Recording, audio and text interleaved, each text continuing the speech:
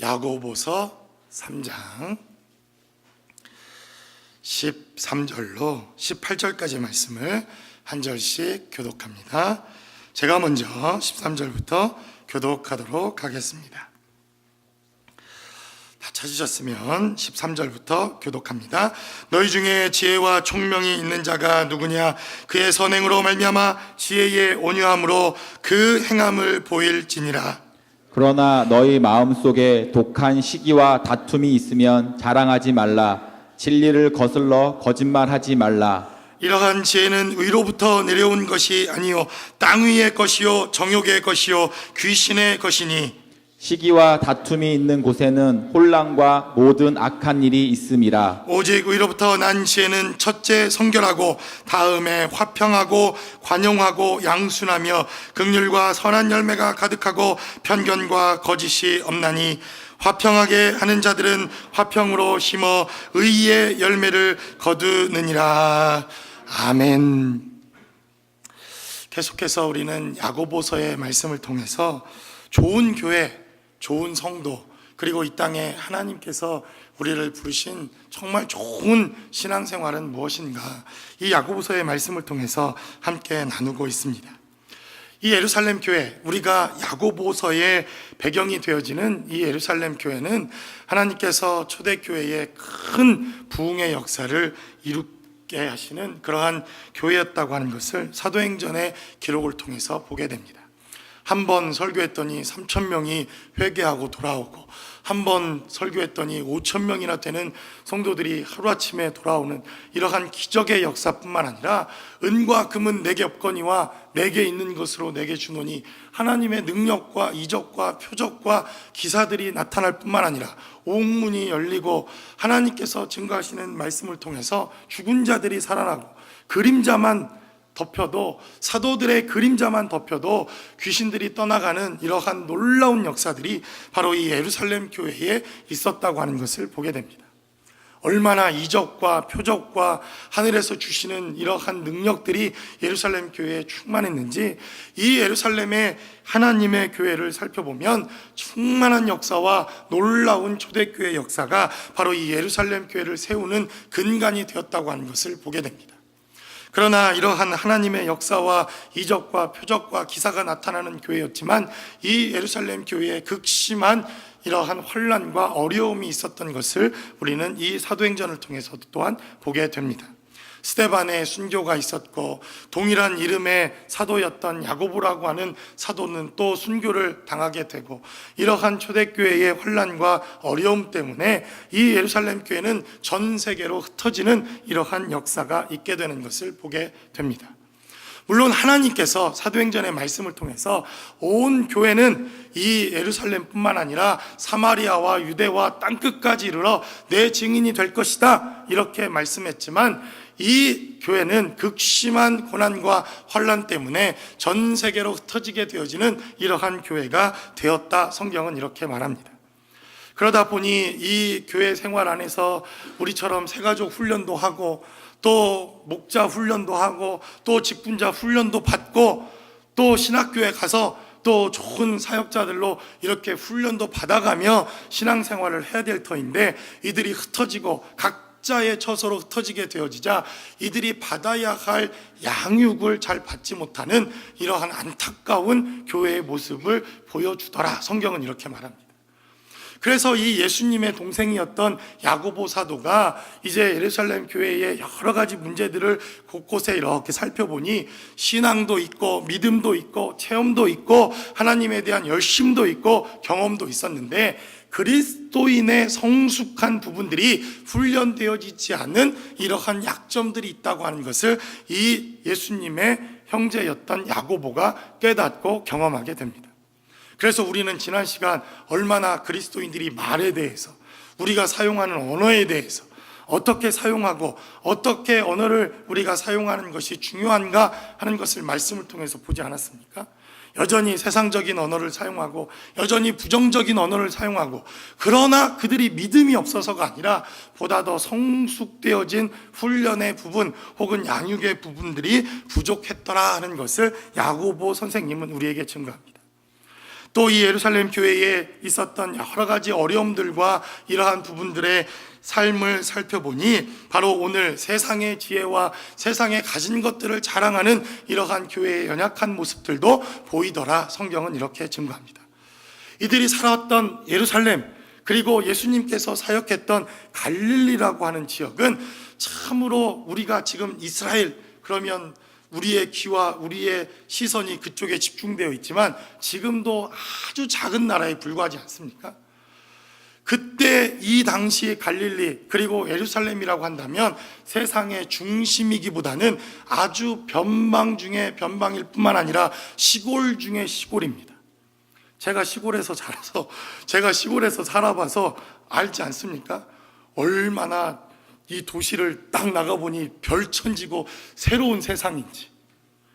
그러니 이들은 늘 살아왔던 예루살렘, 늘 살아왔던 갈릴리에서 그들이 가지고 있었던 율법이 최고이고 그들이 살아왔던 삶의 방식이 최고인 줄 알고 살아가다가 핍박이 나고 혼란이나 전 세계를 지배하고 있는 로마로 각자 그들은 흩어지기 시작합니다.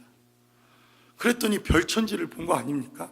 로마에 갔더니 그곳에서 볼 수 없었던 엄청난 원형 경기장들도 있고 로마의 군대들도 보고 어마어마한 세상의 지혜와 세상의 문명들을 그들이 보고는 교회에 돌아와 세상의 지혜와 세상의 학문과 세상적인 것들을 교회에 들어오는 이러한 연약함들이 그리고 교회의 문제들이 야고보 선생님이 목회하던 예루살렘 교회에 시작되더라 성경은 이렇게 증거합니다.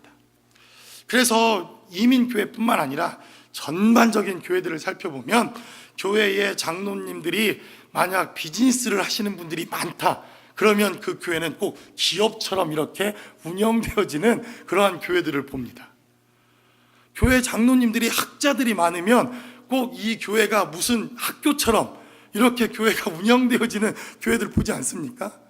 교회에 또 장로님들이 또 무슨 의사들이 많으면 이게 병원인지 아니면 교회인지 약간 그러한 우리의 그러한 모습들도 사실 우리의 이 지상의 교회들을 보면 그러한 모습들도 우리가 보는 것을 보게 됩니다.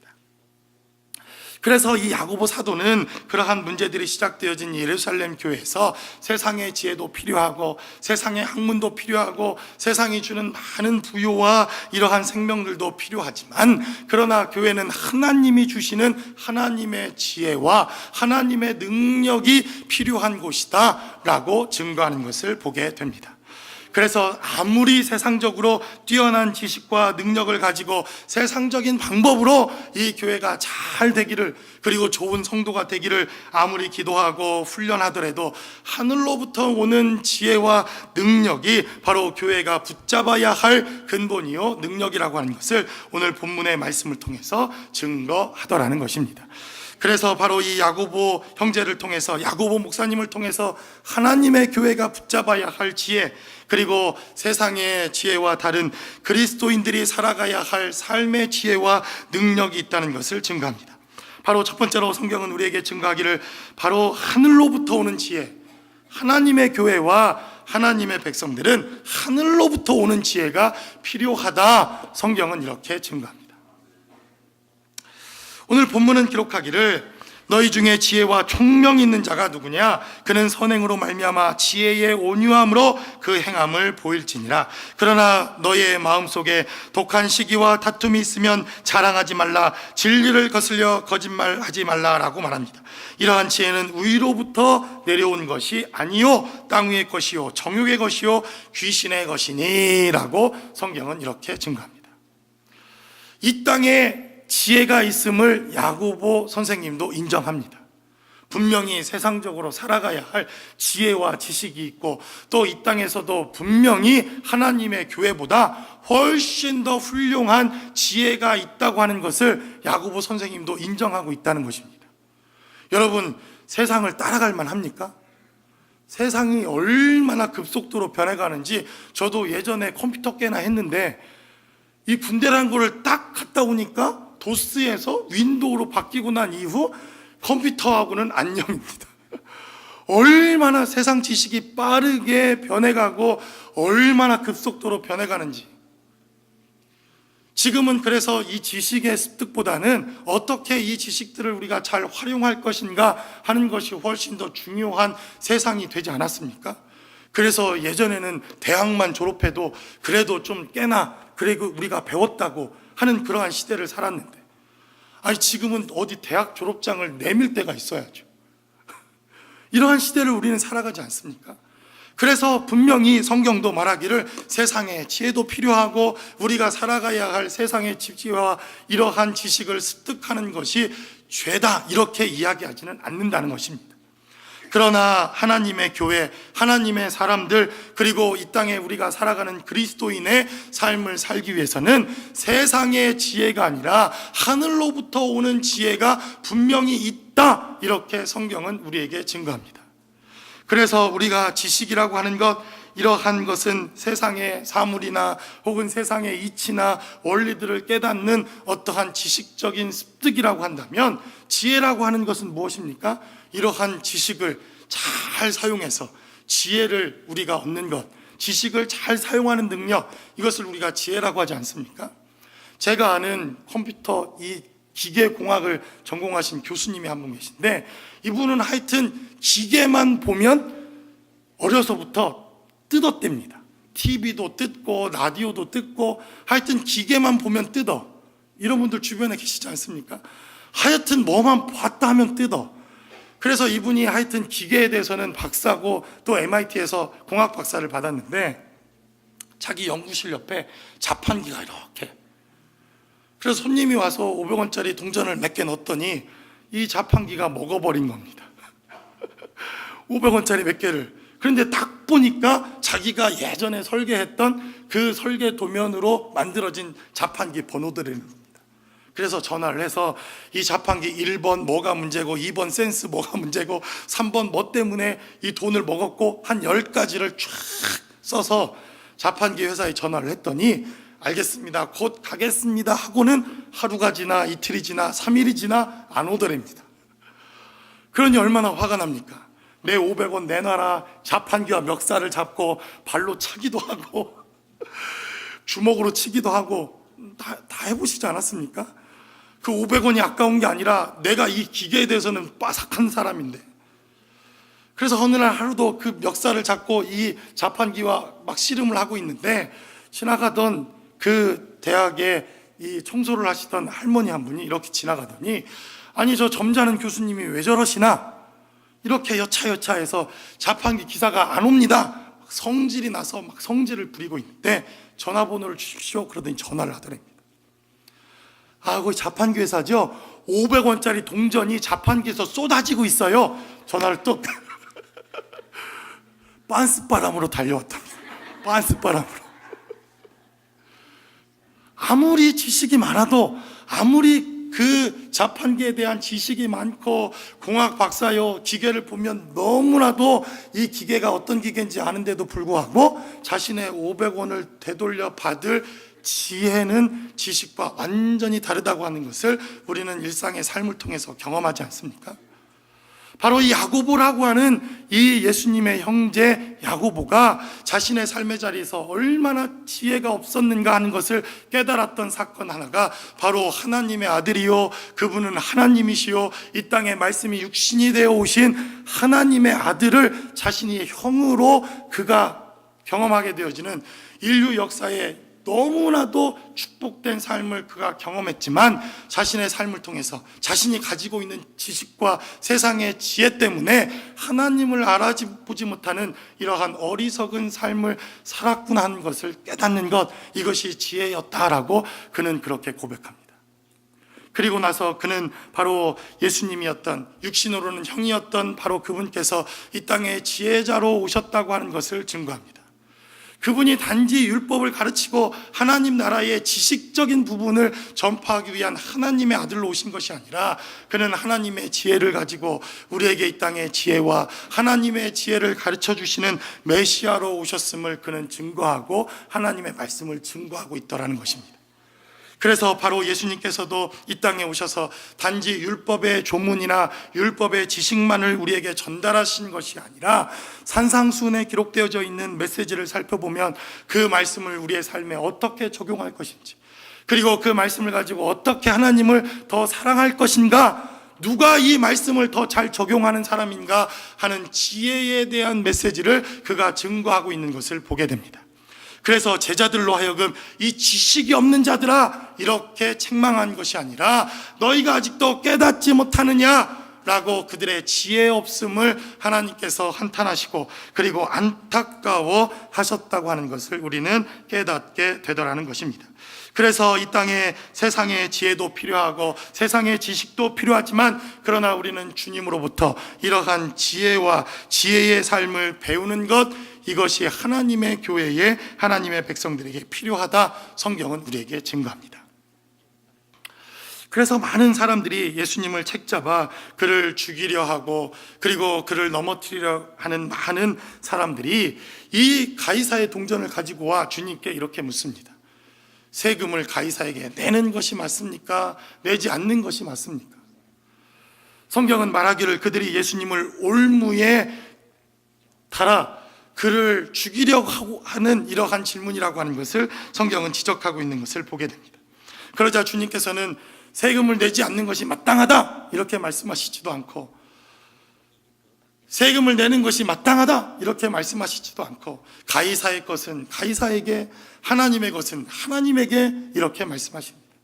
그러자 그 질문을 대답을 듣고 있던 수많은 무리들이 말하기를 저가 지혜롭게 대답한 줄 아는 고로라고 성경은 이렇게 증거합니다. 가늠한 여인을 데려옵니다. 돌로 치는 것이 마땅합니까? 이를 용서하는 것이 마땅합니까? 바로 예수를 책잡으려고 하는 원수의 괴계가 있었지만 주님은 말씀하시기를 죄 없는 자가 먼저 돌로 치라 말씀하시고 나도 너를 정죄하지 아니하노니 다시는 죄를 짓지 말라고 하는 이러한 하나님의 지혜와 하나님의 능력을 우리에게 보여주셨다는 것입니다. 여러분, 율법의 지식으로는 그 여자를 돌로 쳐 죽여야 되는 게 마땅하지 않습니까? 그래서 성경은 우리에게 증거하기를 바로 모세라고 하는 사람이 애굽의 학문과 지혜가 충만했을 때 그를 하나님께서 부르신 것이 아니라 사막에서 40년 동안 이스라엘 백성들을 지혜롭게 인도할 만한 삶의 지혜가 생겼을 때 모세를 부르셨다, 성경은 이렇게 증거합니다. 하나님께서 또한 요셉이라고 하는 이 사람을 사용하실 때도 그가 애굽의 무슨 학위를 받고 애굽에서 가장 좋은 대학을 졸업하자 그를 총리 대신으로 삼았다 이렇게 말씀하시지 않고, 하나님께서 그를 형통하게 하시자 세상이 갖지 못한 지혜, 세상을 살릴 수 있는 지혜, 그리고 풍년과 흉년을 이용해서 세상 사람들에게 생명을 공급할 수 있는 지혜로 그가 충만케 되어지자 요셉이라고 하는 사람을 들어 사용했다, 성경은 이렇게 증거하더라는 것입니다. 그래서 바로 하나님으로부터 오는 지혜, 하나님이 주시는 지혜를 사용하는 것, 이것이 바로 하나님의 교회에 필요한 이 몫이요 하나님의 백성들이 살아가야 할 하나님의 삶의 방식이었다고 하는 것을 바로 이 야고보 사도가 예루살렘 교회에, 예루살렘 성도들에게, 그리고 좋은 교회를 소망하며 좋은 신앙생활을 하기를 원하는 이 시대의 많은 그리스도인들에게 지금도 우리에게 증거하고 있다는 것입니다. 그래서 하나님이 안 계신, 하나님이 없는 세상의 지혜를 우리는 꼼수라고 하지 않습니까? 머리 굴리는 거, 꼼수. 저도 하나님이 없었을 때 이 머리를 얼마나 굴렸는지, 아니 하나님을 알고 있었는데도 얼마나 머리를 굴렸는지.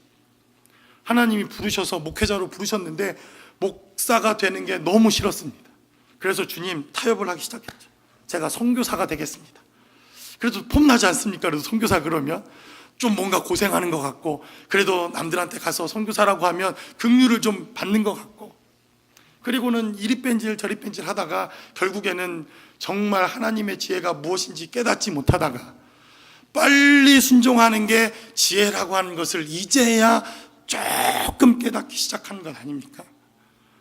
그래서 야곱이라고 하는 사람도 아마 어쩌면 성경에 등장하는 사람들 가운데 가장 IQ가 높은 사람이 아니었을까 생각을 합니다.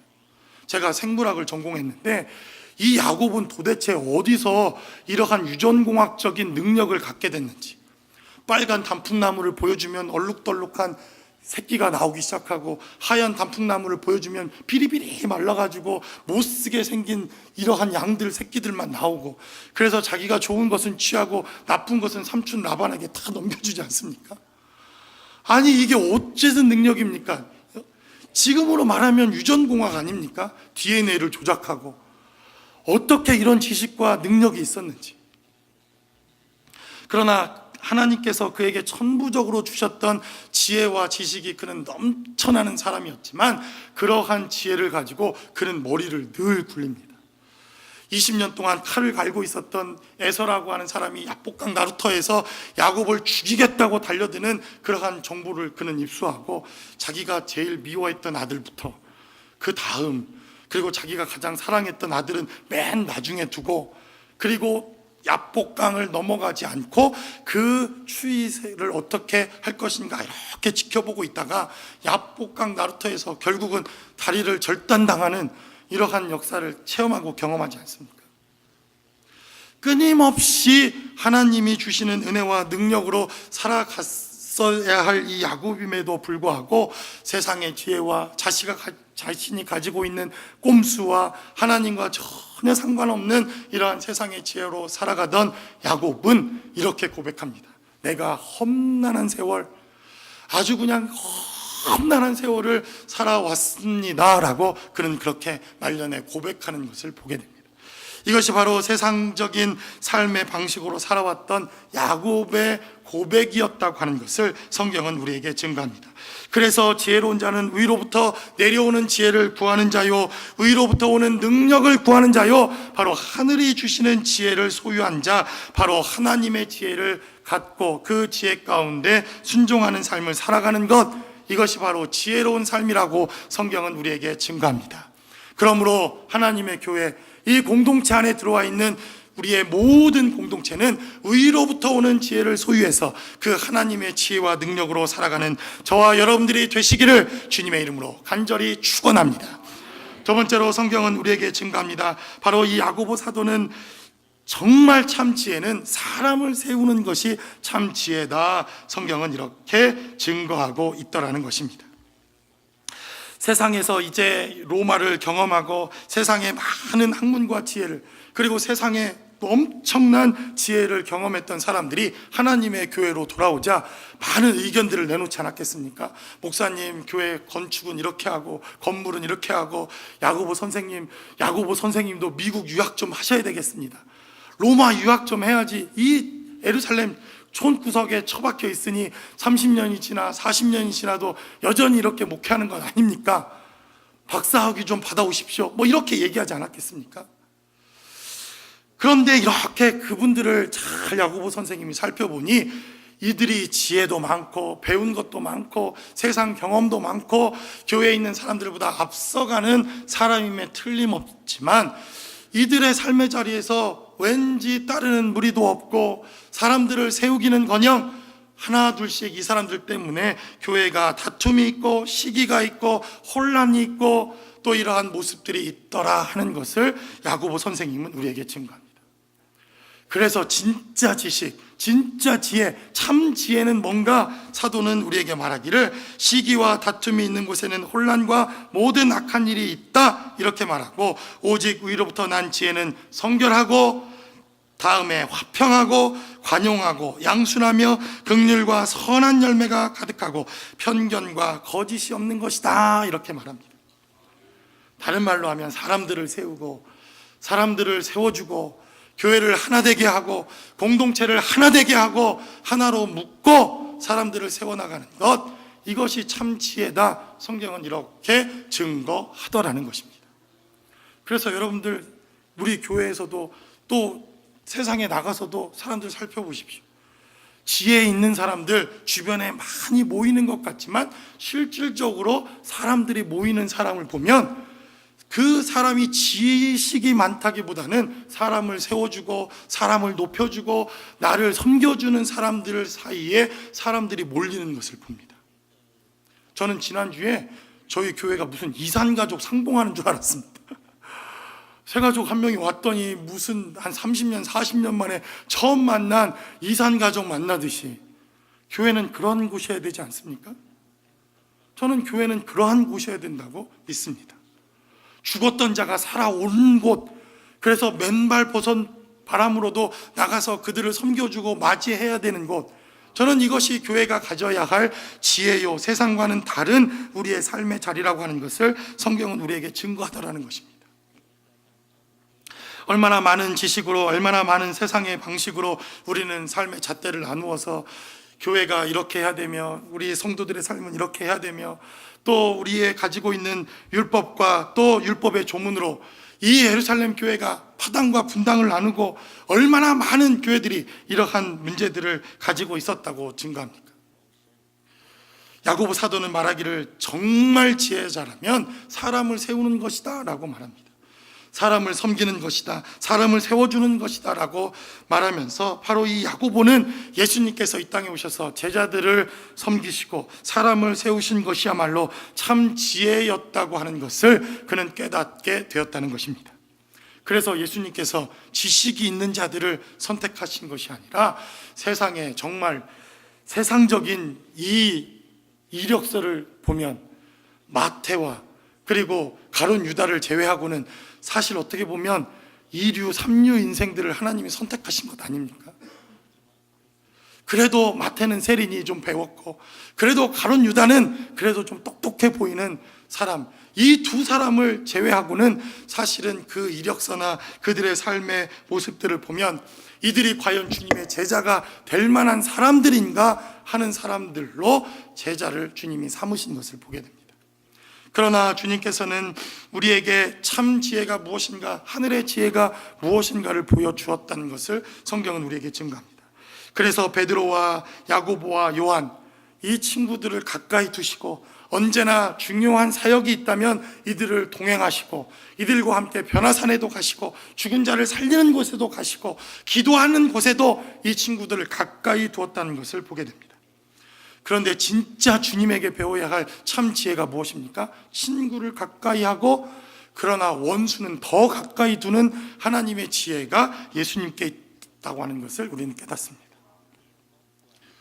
그래서 마지막 날이 되어 주님이 십자가에 지셔야 되는 바로 그때 제자들은 주님께 묻습니다.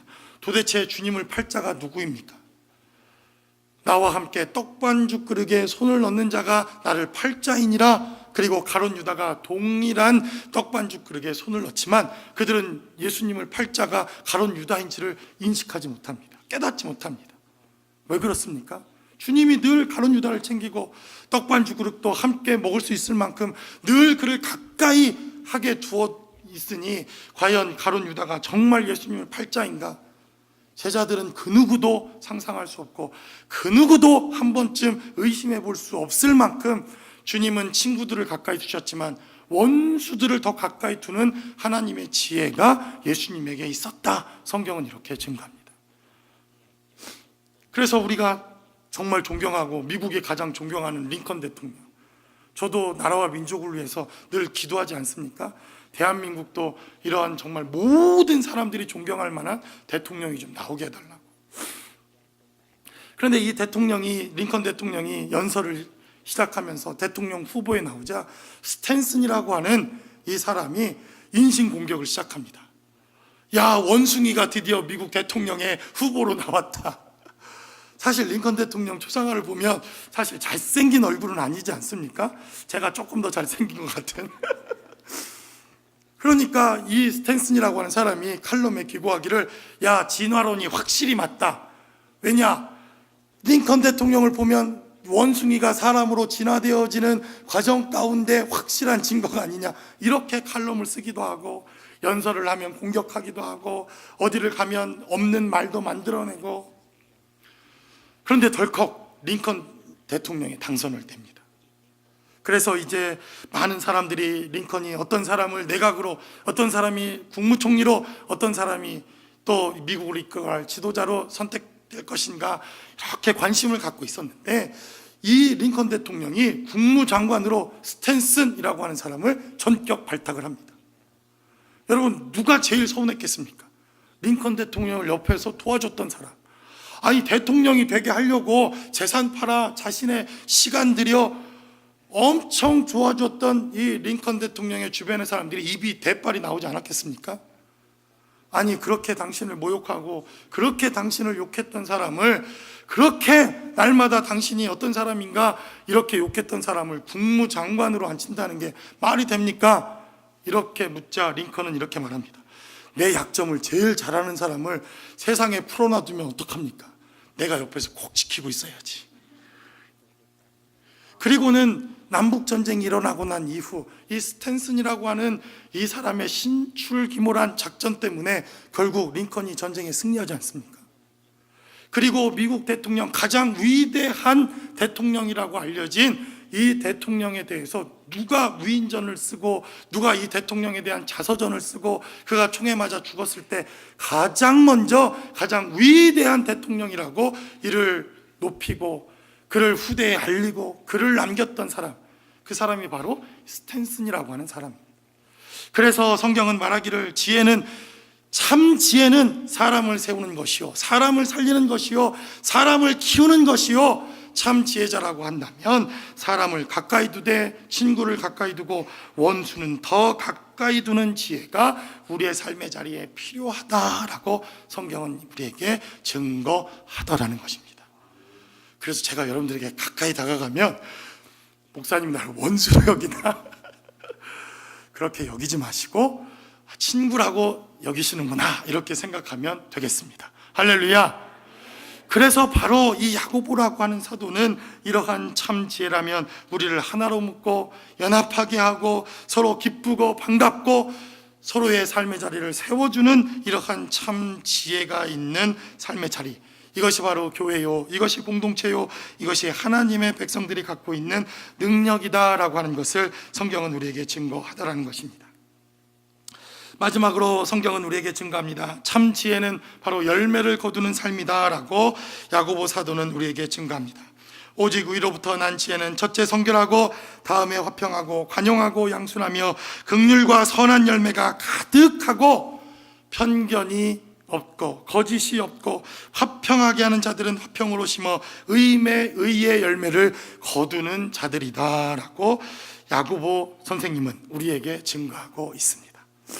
그래서 우리에게 필요한 열매가 반드시 있어야 된다는 것입니다. 참 지혜는 이러한 하나님 앞에 드려야 할 참 열매를 가지고 있는 것, 이러한 사람들이 참 지혜자요 참 능력자다 성경은 우리에게 증거합니다. 그들이 세상적인 지식과 세상적인 지혜를 교회에 가지고 들어와서 교회를 개혁하고 교회를 변화시키고 이러한 방법과 여러 가지 모습으로 교회의 개혁을 시도하고 또 교회가 이렇게 가야 된다 이렇게 증거하는 것 때문에 교회에 문제들이 생기고 파당이 나뉘어지고 여러 가지 리더십의 문제들이 생겼는데 자세히 살펴보니 그들에게 한 가지 약점, 열매가 없더라는 겁니다. 도무지 열매를 찾아볼 수 없더라는 겁니다. 그들에게 성경이 말하고 있는 바로 이러한 위로부터 내려오는 지혜, 성결하고 화평케 하고 관용하게 하며 양순하게 하며 긍휼이 넘쳐서 그들이 가는 곳곳마다 차고 넘치는 열매가 있었다고 한다면 그들이 옳다고 이야기할 수 있었을 것 같은데, 그들의 방식이 옳고 교회도 그러한 세상의 지혜를, 세상의 지식을 따라가는 것이 맞다고 얘기할 수 있을 것 같은데 그들의 삶의 자리를 살펴보니 도무지 열매라고는 찾아볼 수 없는 인생. 그래서 참 지혜는, 하나님으로부터 오는 지혜는 열매를 거두는 인생이다 성경은 우리에게 증거하고 있다는 것입니다. 그래서 여러분들에게 제가 늘 부탁하지 않습니까? 열매를 맺기 위해서는 한 곳에 깊게 뿌리내리고 깊게 뿌리내린 그러한 삶의 자리를 통해서 우리의 삶에 열매가 맺혀지는 것, 이러한 것을 성경은 우리에게 증거합니다. 그래서 사도 바울이라고 하는 이러한 훌륭한 위대한 사도도 하나님의 능력과 하나님의 은사와 하나님의 넘쳐나는 능력에 대해서 증거하고 말씀하지만 또한 그는 열매에 대해서, 성령의 열매에 대해서 강조하며 우리에게 증거하는 것을 또한 보게 되더라는 것입니다. 그래서 세상 지혜를 소유한 자들과 다르게 하늘로부터 내려온 지혜를 소유한 자들은 반드시 하늘로부터 오는 열매를 남기고 그 열매를 하나님께 드릴 준비를 하며 그 열매 때문에 놀라운 능력과 은혜가 나타나는 삶의 자리까지 나아가더라 성경은 이렇게 증거합니다. 그래서 우리는 과연 도대체 지금 어떤 열매를 거두고 있으며 가꾸고 있는가? 여러분, 일본에 가면 아오모리라고 하는 사과가 굉장히 유명합니다. 아시죠? 혹시 아시는 분들 아마 있을 겁니다. 일본에 아주 양대 산맥의 사과가 있는데 후지 사과 다 들어보셨죠? 후지 사과. 저도 어렸을 때 야, 일본 사과 얼마나 맛있는지. 그리고는 아오모리 현에서 자라나는 이 사과. 근데 사실 일본에서도 한 50년 전까지만 해도 이 후지 사과가 제일 좋은 사과였고, 이 아오모리 현의 사과는 보잘것없는 사과로 그렇게 알려져 있습니다. 아오모리라는 곳을 제가 가보진 않았지만 일본에서도 아주 추운 곳, 너무 추워서 사과가 잘 재배되기는 좀 어려운 곳, 그래서 열매도 작고 맛도 시고 아주 보잘것없는 그러한 사과. 근데 어느 날 이 전세가 완전히 역전이 됩니다. 일본은 태풍도 많이 불고 바람도 심한 그런 나라 아닙니까? 그래서 일본 전체에 엄청난 태풍이 불어서 이 사과 농사가 완전히 망해버리는 그런 한 해가 있었습니다. 아무리 탐스러운 후지 사과도, 이따만한 후지 사과도 바람이 부니 그게 견딥니까? 다 떨어지고 낙과가 되어서 쓸모없는 이러한 사과가 되자, 일본에서 TV를 통해서 또 뉴스를 통해서 올해 사과 농사는 꽝입니다, 이렇게 뉴스가 나가지 않았겠습니까? 근데 이 아오모리라고 하는 현에서 사과를 이렇게 재배하던 한 농부가 있었는데, 자기네 사과는 뭐 그렇게 맛은 훌륭하지 않지만 그 태풍에도 견디는 요만한 아주 조그만 이러한 사과가 몇 개 달렸더랍니다. 그래서 사진을 몇 개 찍어서 태풍에도 떨어지지 않는 사과, 시험을 보는 사람들이 먹으면 시험에 떨어지지 않는 사과, 이렇게 포장을 해서 사과를 판매하기 시작했습니다. 그랬더니 이게 난리가 나고 대박이 난 거예요. 소위 요즘으로 말하는 대박이 납니다. 한국만큼 일본도 입시 시험이 얼마나 지옥인지 아십니까? 뭐 엄청납니다. 하여튼 시험 한번 보려면, 그러니 시험에 안 떨어지려고 엿을 철썩 붙이는 것처럼 저 사과만 먹으면 시험에 안 떨어지겠구나 해서 주문이 복주하고, 그 떨어진 사과보다 몇 개 달려있지 않는 이 사과 때문에 전년도에 비해서 몇십 배의 수확을 하는 엄청난 결과가 나타나더라는 겁니다. 그리고 그 다음에도 시험에 낙방하지 않는, 시험에 떨어지지 않는 열매. 근데 사실 맛이나 상품의 가치로 보면 후지 사과가 훨씬 더 좋고 훨씬 더 맛있습니다. 저도 아오모리 사과라고 그래서 이 재패니스타운에 가서 사 먹었더니 하나에 10불도 넘고 9불 99전환, 엄청나게 비쌉니다. 먹었더니 떨고 시고 맛없고 이거를 하나에 9불이나 주고 사 먹는 이 지혜 없음을. 그런데도 붙어 있기만 하면, 그런데도 그 나무에 붙어 있기만 하면 귀한 열매로 대접받고 가장 좋은 열매로 대접받는 이러한 역사가 있더라는 것입니다. 그래서 야고보 사도는 우리에게 말합니다. 진리 가운데 붙어 있으라는 겁니다. 하나님의 교회가 주는 진리 가운데 붙어 있으라는 겁니다.